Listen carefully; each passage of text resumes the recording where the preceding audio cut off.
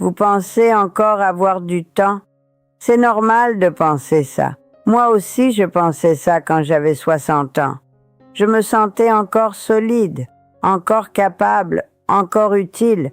Je ne me considérais pas comme vieille. Pas du tout. Je pensais simplement entrer dans une période plus calme de ma vie.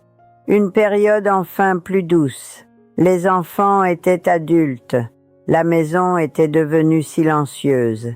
Et mon mari et moi commencions à respirer après des années de responsabilité. Je pensais que les années à venir seraient simples, presque paisibles, comme un long dimanche après-midi. On nous dit souvent que 60 ans, c'est la nouvelle jeunesse, qu'une nouvelle vie commence, qu'on va enfin profiter, qu'on a encore des décennies devant nous. Et quand on se sent encore relativement en bonne santé, on finit par y croire. Mais personne ne vous dit la vérité. J'ai 92 ans aujourd'hui. Et si je pouvais revenir en arrière, si je pouvais m'asseoir en face de la femme que j'étais à 60 ans, je la regarderais droit dans les yeux et je lui dirais simplement « Tu te trompes, tu crois avoir du temps, mais tu en as beaucoup moins que tu ne le penses. La soixantaine n'est pas le début de quelque chose, c'est le dernier moment où vous pouvez encore vous préparer, parce que ce qui vient après est plus difficile que vous ne l'imaginez. Je ne parle pas comme quelqu'un qui a tout compris. Je parle comme quelqu'un qui aurait voulu être prévenu. J'ai vu disparaître presque tous ceux que j'aimais. Mon mari, mes amis, mes voisins, et parfois des personnes que je pensais revoir encore longtemps.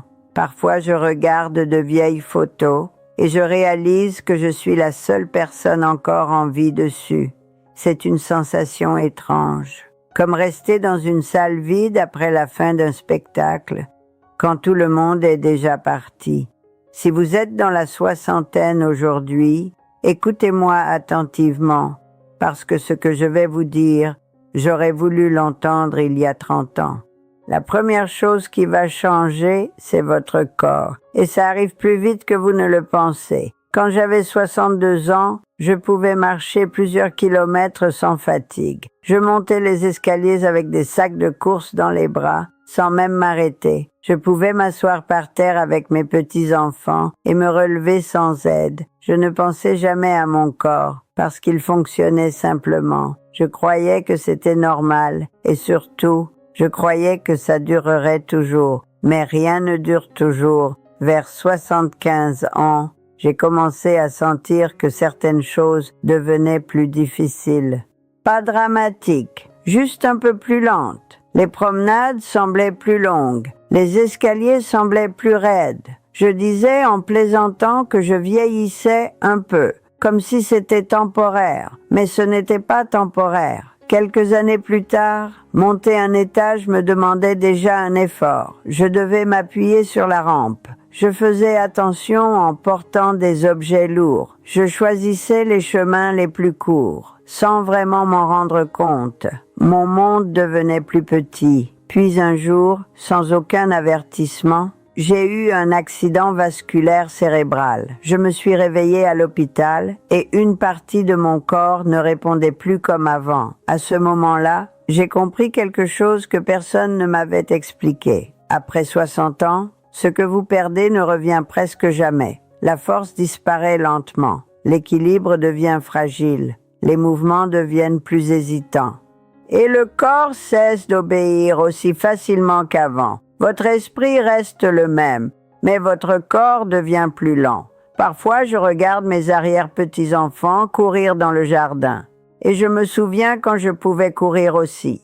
Je me souviens de la sensation de vitesse, de la légèreté dans mes jambes, de l'énergie que je croyais normale. Cette femme me semble aujourd'hui très lointaine, comme si elle avait été quelqu'un d'autre. Si vous avez encore de la force aujourd'hui, utilisez-la. Si vous pouvez marcher longtemps, marchez.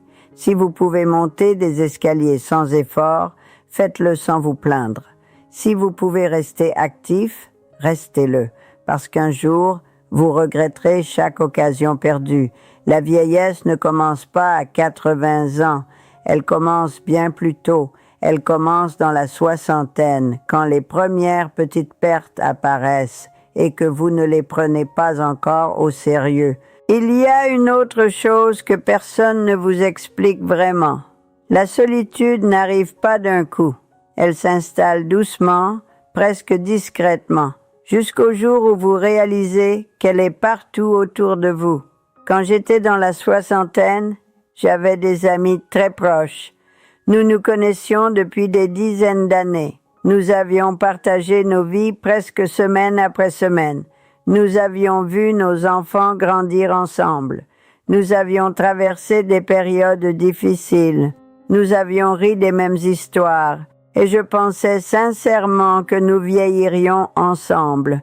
Je croyais que ces amitiés dureraient jusqu'à la fin. Je n'ai jamais imaginé que je resterais seule. La première est morte assez soudainement. Un problème de cœur. Quelques semaines avant, nous parlions encore de choses simples, de projets, de petits voyages, de nos petits-enfants. Puis un jour, elle n'était plus là. Sa chaise est restée vide longtemps. Et chaque fois que je la voyais, j'avais l'impression qu'elle allait encore revenir.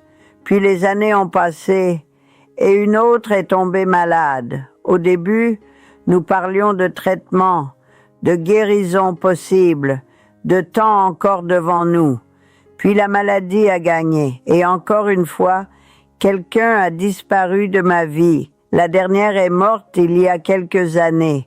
Et maintenant, je suis la seule qui reste, la seule qui se souvient de certaines histoires, la seule qui peut raconter ces souvenirs-là. Quand je parle du passé, il n'y a plus personne pour dire « Oui, je me souviens aussi. Mes enfants sont merveilleux. Mes petits-enfants aussi. Ils me rendent visite quand ils peuvent. Mais ce n'est pas la même chose. Ils ne connaissent pas la femme que j'étais à 30 ans. Ils ne se souviennent pas de mon mariage. Ils ne se souviennent pas de mes parents. Ils ne se souviennent pas des années où la vie semblait infinie. Et ce n'est la faute de personne. C'est simplement la vie. Si vous êtes dans la soixantaine aujourd'hui, faites de nouvelles amitiés. Gardez le contact avec les gens. Acceptez les invitations, même quand vous êtes fatigué. Appelez les personnes auxquelles vous pensez. Entretenez vos relations comme quelque chose de précieux, parce que vous ne savez pas qui sera encore là dans 20 ans.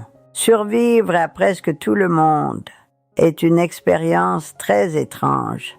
C'est comme vivre dans un monde qui ne ressemble plus à celui que vous avez connu. Il y a aussi les conversations qu'on repousse toujours. On se dit que ce n'est pas le moment. On se dit qu'on aura le temps plus tard. Quand mes parents sont devenus très âgés, leur santé a décliné rapidement. Nous avons dû prendre des décisions importantes. Mais nous ne savions pas ce qu'ils voulaient vraiment. Nous ne savions pas quelles étaient leurs préférences médicales. Nous ne savions pas où se trouvaient certains documents. Nous ne savions pas quelles décisions ils auraient prises eux-mêmes. Alors nous avons essayé de deviner. Et deviner dans ces moments-là est très difficile. Chaque décision semblait lourde. Chaque choix semblait incertain. Ces années ont été pleines de tensions inutiles. Je m'étais promis de ne jamais laisser cela à mes enfants. Et pourtant, j'ai attendu trop longtemps avant d'en parler. Parler de la mort semble toujours prématuré. On a l'impression d'être pessimiste. On a l'impression d'apporter une ombre dans la conversation. Mais la mort ne dépend pas de ce que vous ressentez. Un jour, j'ai finalement réuni mes enfants autour de la table. Je leur ai expliqué ce que je voulais, où sont les documents, comment organiser les choses, ce que je souhaite si je tombe malade. La conversation a été plus simple que je l'imaginais. Et après, je me suis sentie plus légère. J'aurais dû le faire 10 ans plus tôt. Si vous pouvez encore parler calmement avec ceux que vous aimez, faites-le maintenant. Pas plus tard, maintenant. La retraite aussi peut être une surprise. Pendant toute ma vie, j'ai attendu ce moment. Je pensais que la liberté allait me rendre heureuse immédiatement. Plus de réveils matinaux, plus de responsabilités, plus de stress. Je pensais que j'allais enfin profiter. Mais lorsque j'ai arrêté de travailler, je me suis sentie perdue. Pendant des décennies, j'avais été quelqu'un de précis, quelqu'un d'utile, quelqu'un dont la présence avait un sens clair. Puis soudain, je ne savais plus qui j'étais. Je me levais le matin sans savoir quoi faire.